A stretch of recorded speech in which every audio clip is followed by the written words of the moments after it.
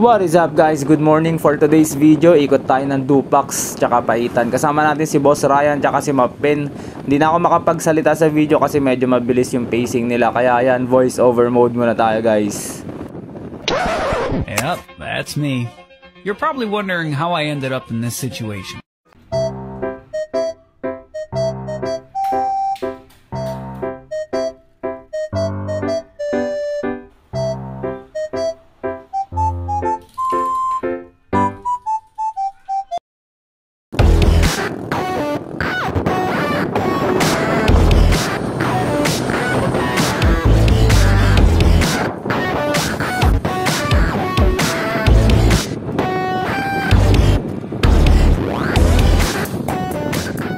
So yun mga boss, nag-montage lang tayo ante. Sa part na to, nandito na kami sa may Inyangan. Palabas to ng sentro ng Dupax del Norte sa may Malasin. Yan, pakita lang natin yung mga palayan nila dito.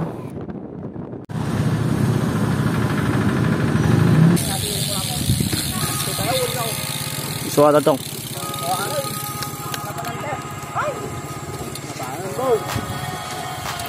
Nangit apa lang na Boss Ryan, hindi namin maray. Ano, napukaw ka ba? Maray, ito pala natin.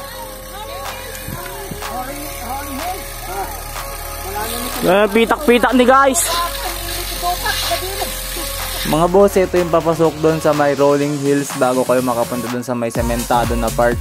Umulan daw kasi neto kahapon kaya medyo maputik yung daan. Panorin nyo kung paano namin tahakin yung putik dito guys. Yan guys, kamusta ang rota kuya? Nangit apa lang na ni Boss Ryan, hindi namin. Nangit ka rin.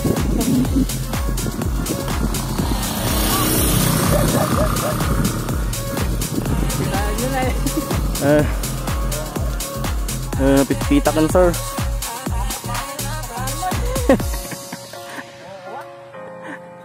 Oh.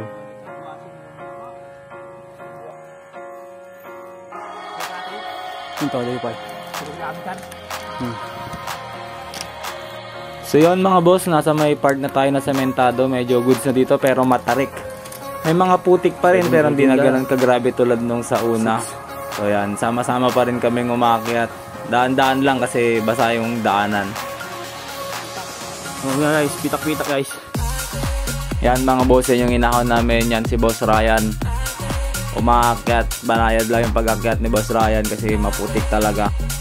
Yan naman tayo mga boss, kunyari malakas, tayo lang kasi may video.